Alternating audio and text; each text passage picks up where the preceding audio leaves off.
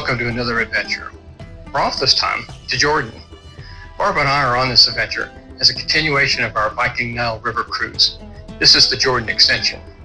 It should be interesting. We've never been here before, so it should be exciting.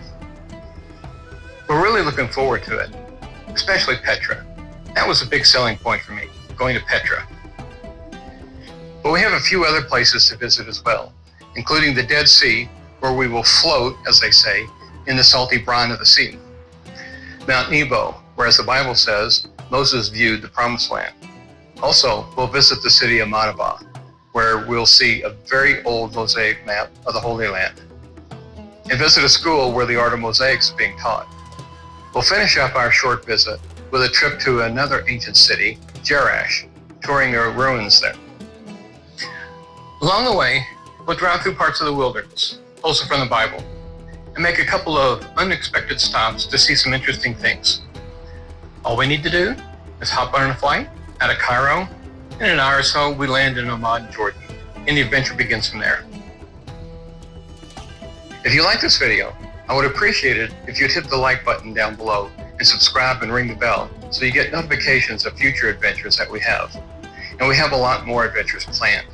So sit back, relax, watch the whole video, enjoy the show. And like I said, at the end, press that like button, subscribe to the channel, and ring the bell for notification of future adventures. We're headed to Jordan. Where is Jordan? Smack dab in the middle of the Middle East. Jordan is bordered by Syria, Iraq, Saudi Arabia, Israel, and the West Bank. Our day started with a 3 a.m. wake-up call at the Continental Hotel in Cairo. We meet in the lobby and wait for the transport to the airport. 16 of us from the Viking Egypt cruise are extending our trip on to Jordan. It's the usual drill, getting to the airport and boarding a commercial flight to Amman. Almost anywhere else, the 300-mile flight might take an hour. But this is not anywhere else. Our flight will be 460 miles as we swing south and then north to avoid Israeli airspace. Our new program director is Fuad, a tall Jordanian with an outgoing personality. He collects us at the airport. One big hitch. A passenger is missing a bag. It didn't make it on the plane. Worse news, all his medications are in the bag, including his insulin. He doesn't have a list of his medications, so there's nothing Fuad can do except expedite getting the bag. As we travel to the hotel, Fuad points out we are driving through the wilderness.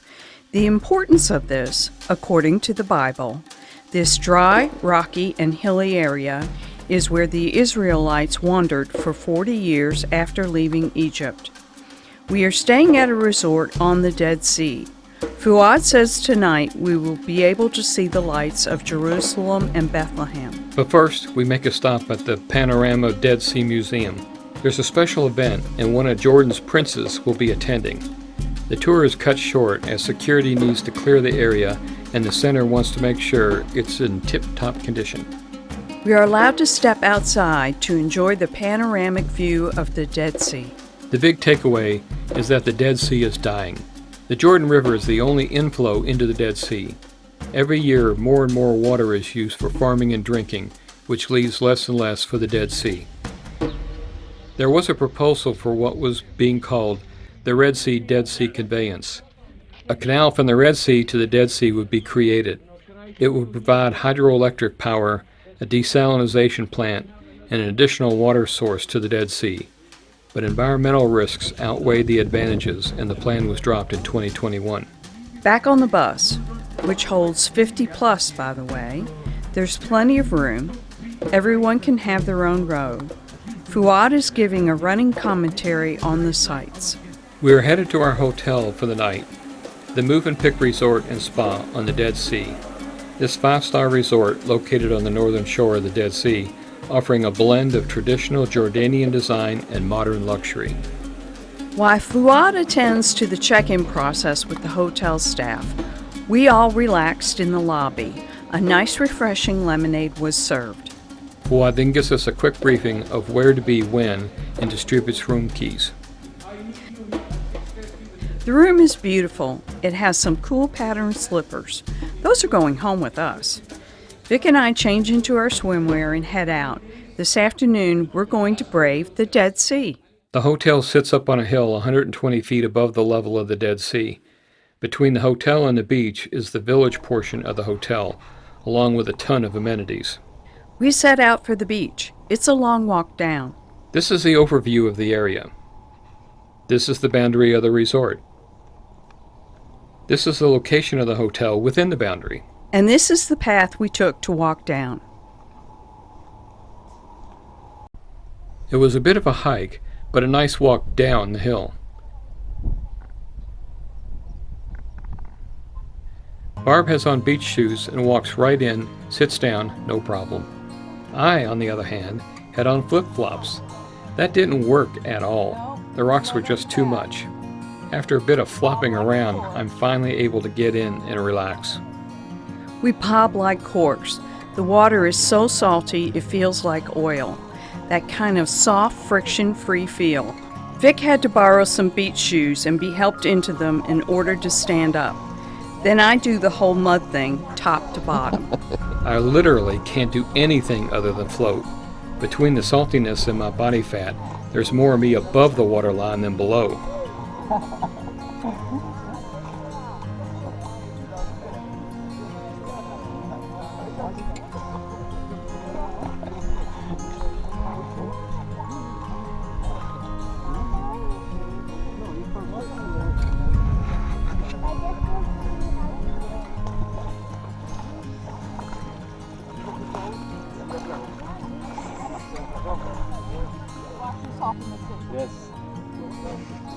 The attendant was trying to talk me into the mud bath as well, but I begged off.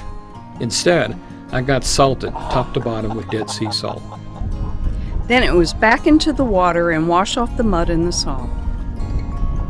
We rinse off again at the beach shower, then wait for our turn for the cart to go back up the hill to the hotel. Officially, we're at the lowest spot on land, 1,412 feet, or 430 meters, below sea level. Later, after dinner, we step outside to enjoy the cooler evening temperatures. The resort is beautifully lit at night.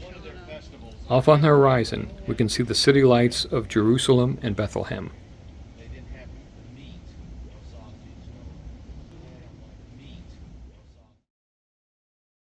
It's a late start, probably the latest we've had.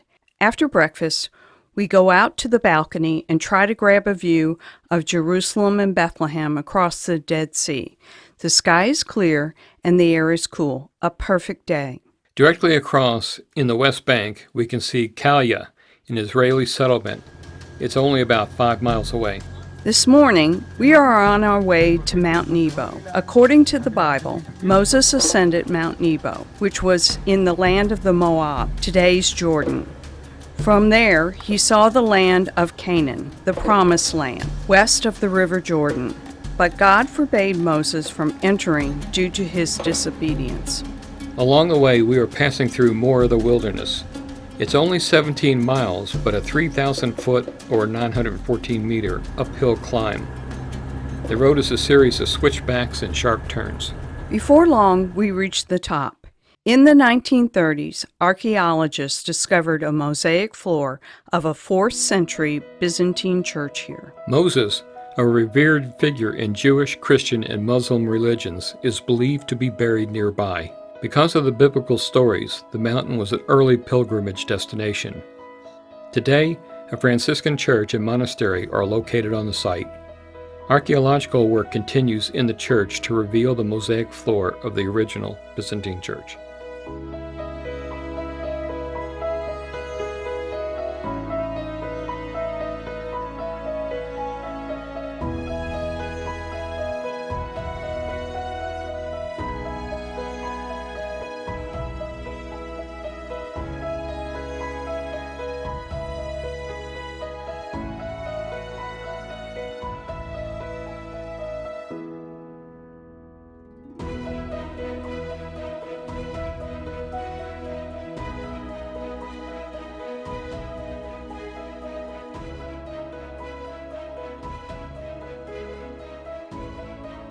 The hilltop has numerous foundations and walls from ancient buildings. Archaeological work continues here as well.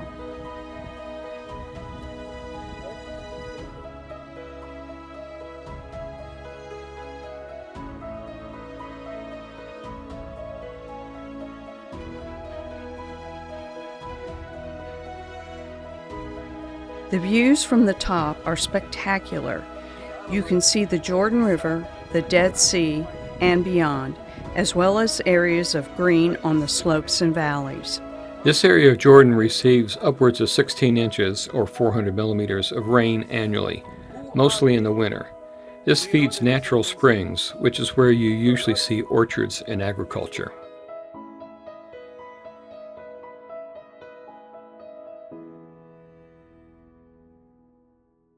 Like in Egypt, security is ever present. I pose with a friendly guard. We pose for a few group photos before we head back down the mountain. This area of Jordan is known for its mosaics. Our next stop is a mosaic school and showroom. The school specializes in teaching people with disabilities and women.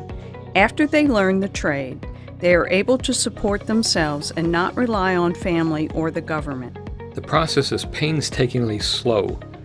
Small stone sticks of various colors are used. Each piece is clipped off and trimmed to size, then glued onto the backing. The backing is pre-printed with a design. The colors used are up to the artist. A small mosaic may take up to a month to complete. More advanced students will work on several mosaics of a set at a time. This ensures that the colors remain consistent through all the separate mosaics.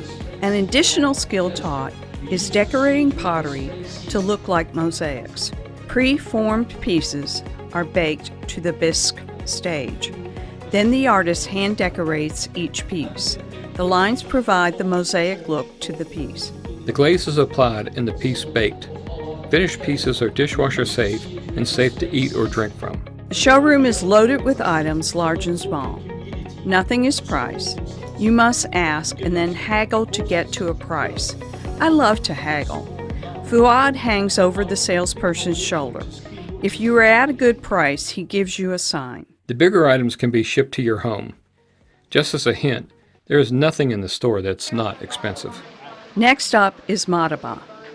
It's often called the City of Mosaics due to the numerous Byzantine mosaics found throughout the city. And in walking through the streets, it seems every shop has a wide variety of mosaics to choose from. Madaba is also called the most Christian city in this mostly Muslim country. It has a significant Christian population and numerous historical churches and mosaics. Christians have deep roots in the city, and it's a focal point for Christian heritage in the region. We are here to see the historic Madaba map, a mosaic map that was the floor of an early Byzantine church of St. George.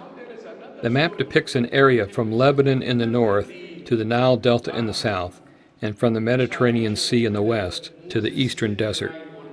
The map depicts Jerusalem with the new church of the Theotokos, which was dedicated on the 20th of November, 542. Buildings erected in Jerusalem after 570 are absent from the map. This limits the date range of its creation to the period between 542 and 570. The map depicts a total of 157 sites, many of which have yet to be found. Just this year, 2025, a team of researchers discovered a city lost to time, based off the Madaba map. Fuad is most proud of this stop.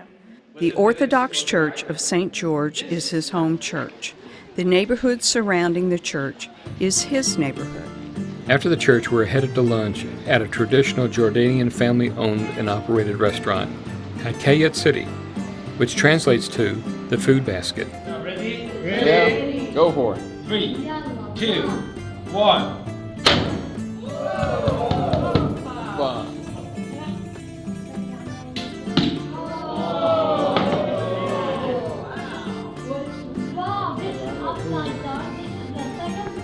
The meal consists of multiple appetizers and chicken makubla, which translates to chicken upside down for obvious reasons.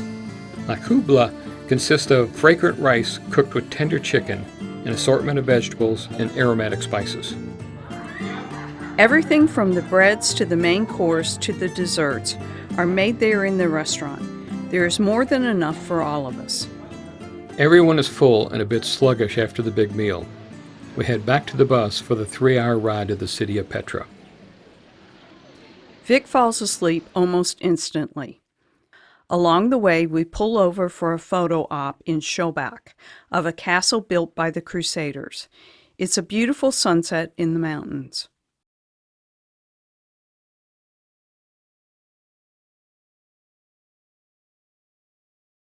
We enter the town of Wadi Musa, which translates from Arabic as Valley of Moses. It's the closest town to the ancient site of Petra. And here on the outskirts of town is the Ain Musa, or Moses Spring, a site traditionally believed to be where biblical Moses struck a rock to bring forth water for the Israelites. This perennial spring flows to this day, housed within a modern three-dome structure, and is considered a holy site by both Christians and Muslims.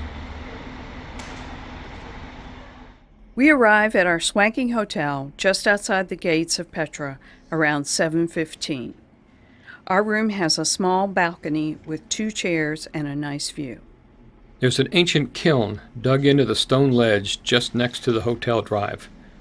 I have a feeling tomorrow is going to be neat. The group dinner is at 7:30. Still being full from lunch, we eat very little.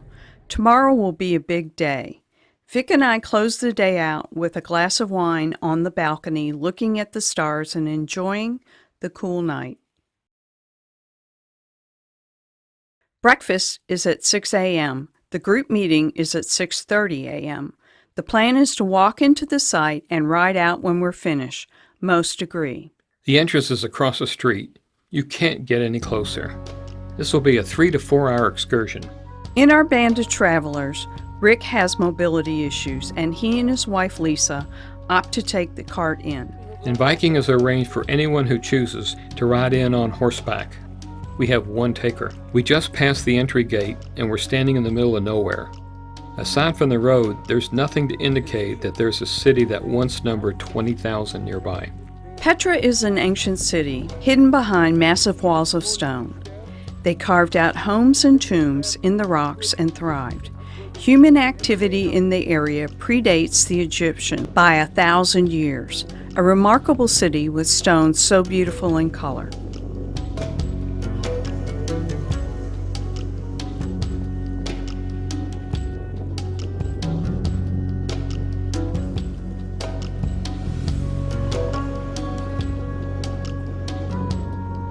We pass by the Dejin blocks, 1st century AD tombs of a wealthy family.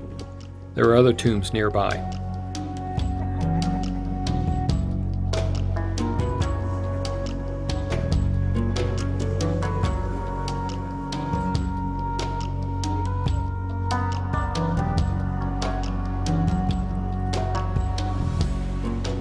In a somewhat wide and flat part, we come to the remains of the dam and the tunnel. The Nabateans channeled the flash floods from 2 nearby wadis through a 290-foot or 88-meter tunnel into the reservoir. This water is piped along the walls of the Sikh, which we enter now. The Sikh is a narrow gorge that leads visitors like us into Petra. It was formed by a natural splitting of the rock and is 3/4 of a mile long, or 1.2 kilometers. At one time, an arch spanned the entrance.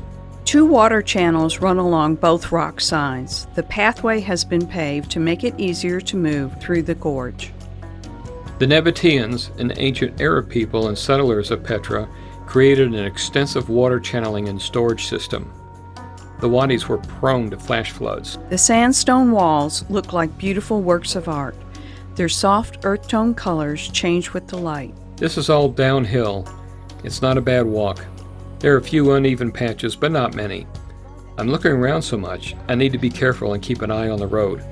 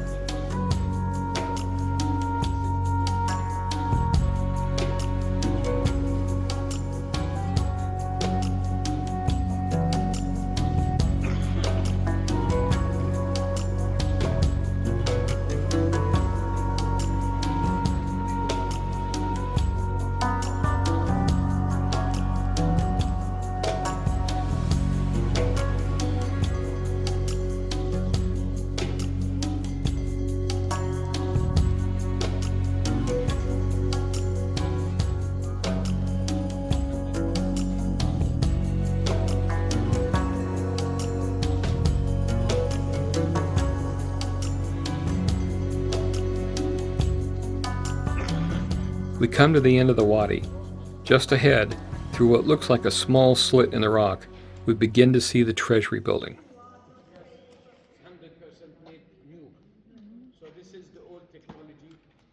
The wadi opens out onto a large open area, dominated by the treasury building.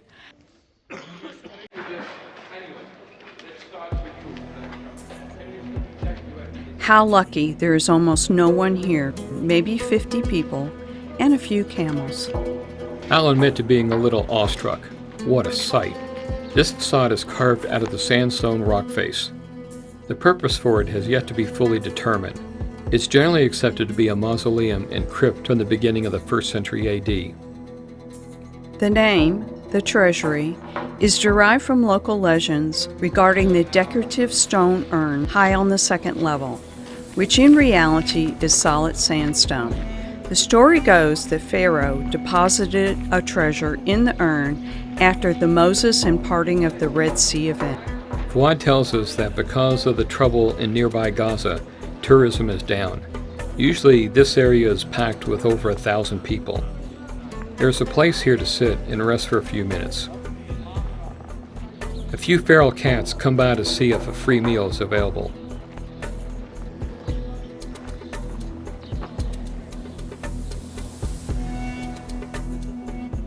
And a herd of goats wanders down from the rim above.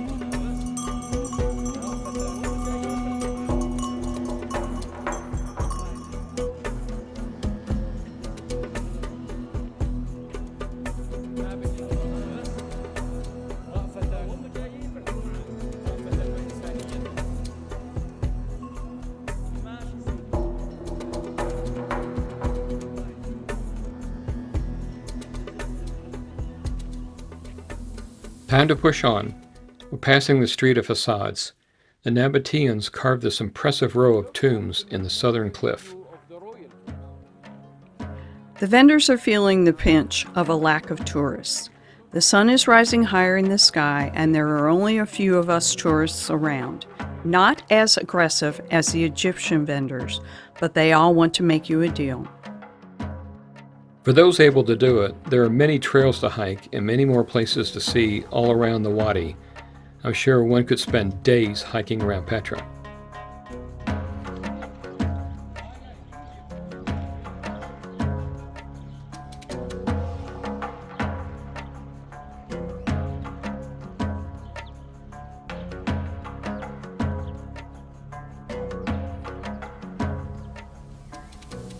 The sun is yet even higher in the sky.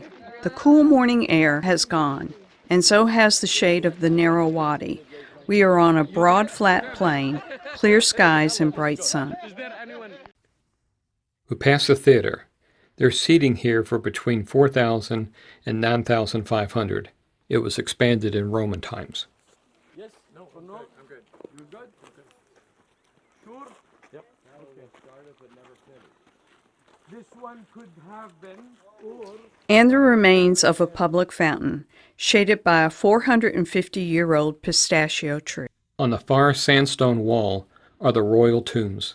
The structures carved in stone remain. The individual houses where thousands lived are now just rubble. One of the tombs is at street level. We step inside for a closer look. The color and patterns of the sandstone are stunning. This is big enough. It could have been a home or a shop at one point.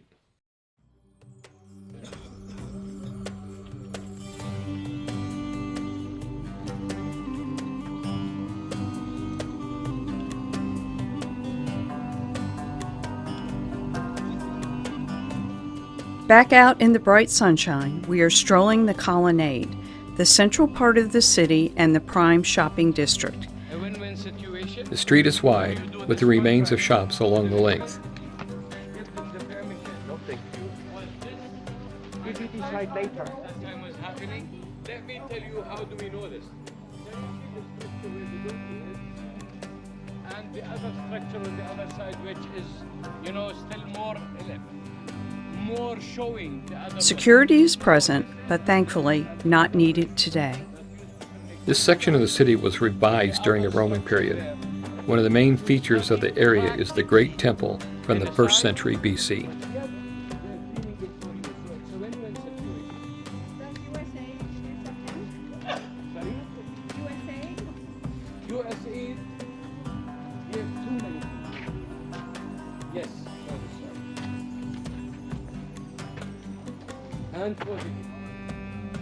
We stopped to rest and refresh at the Basin Restaurant.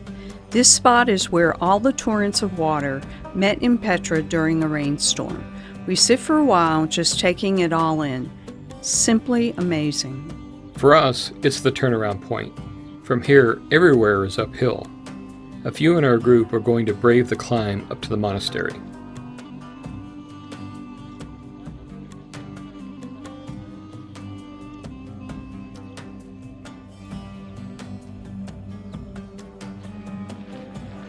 Vic and I start the walk back to the treasury. We'll see how we feel when we get to that point.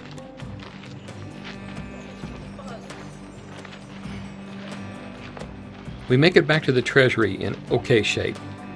But we both agree, no need to kill ourselves. We are taking the cart back out to the entrance. As we do, we see a few groups of 2 or 3 people walking in, no large groups. The Steadicam feature of the GoPro works well. The video is smooth, but watch how much we are bouncing around. It's a bit of a rough ride.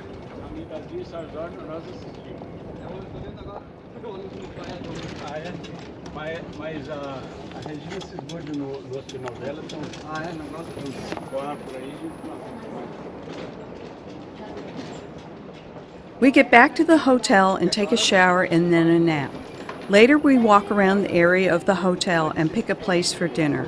Rick and Lisa join us, and we have a nice time together. It's our last full day in Jordan. Tomorrow morning starts the long journey back home. And from the looks of it, we will have a lot of bus time today.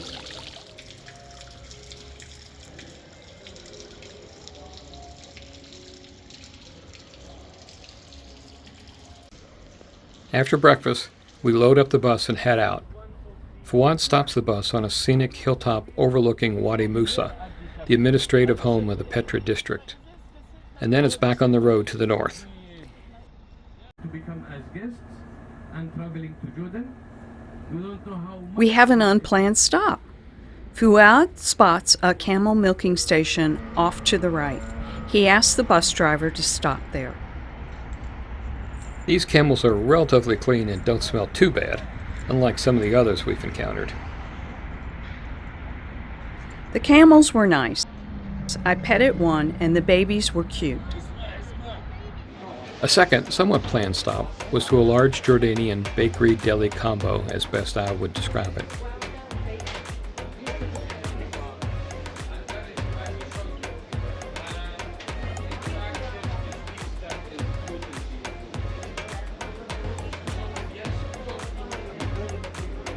We were able to sample a number of the sweets, all freshly made and very traditional.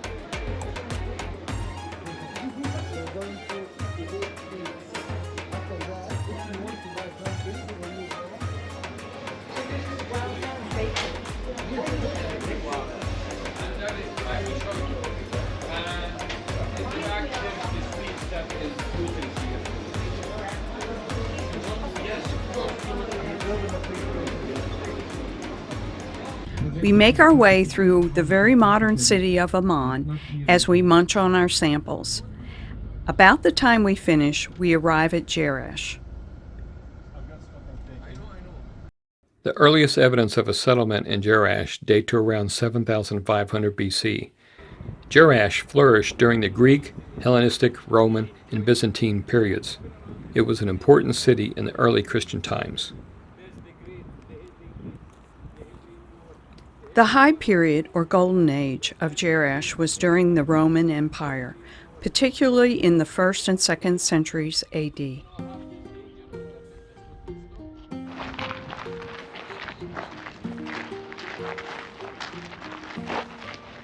The Romans added extensive urban development, monumental construction, temples, and theaters. Prosperity followed as a key city in the Decapolis League. The city reached its peak under the rule of emperors Trajan and Hadrian. In the mid-8th century AD, an earthquake destroyed large parts of the city, and subsequent earthquakes contributed to additional destruction. Jerash was abandoned for over 400 years before slowly being repopulated. Buried in the rubble was part of the Roman infrastructure, most notably the water movement and sewer system, which functions to this day.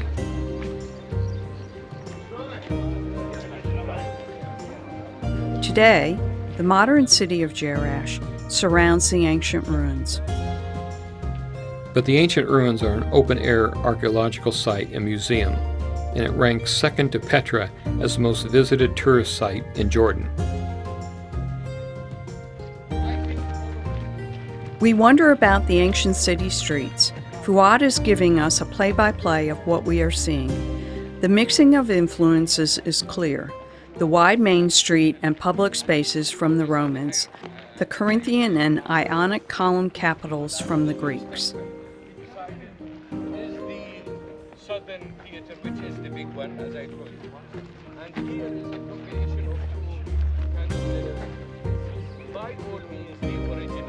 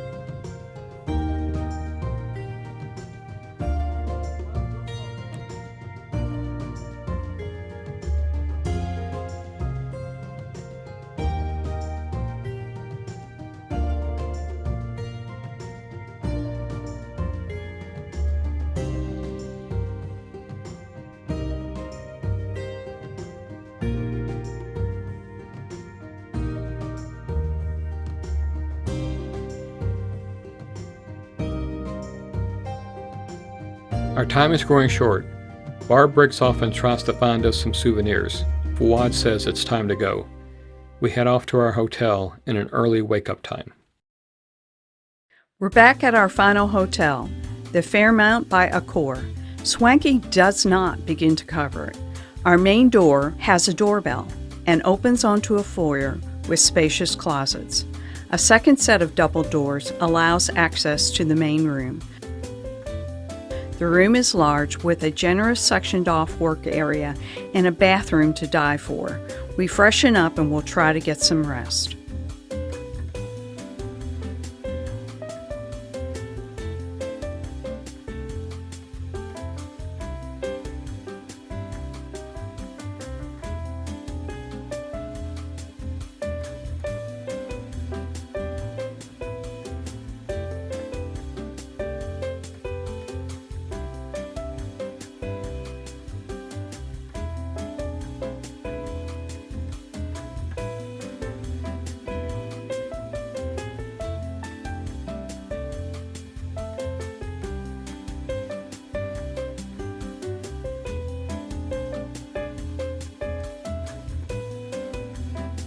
By far the nicest hotel.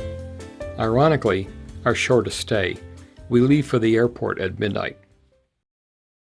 Everything goes smoothly with our flights, and after our 4-hour flight to Frankfurt, we have a short layover and we're on our final leg back to Atlanta.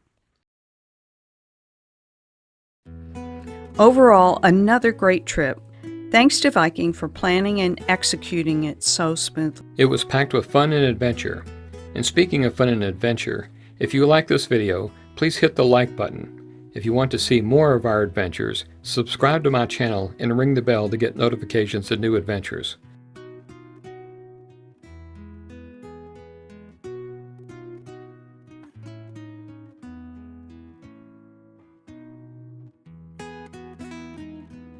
Also, if you like this video, here are some additional suggestions from past trips. Even more adventures are available on my channel. Thanks for watching.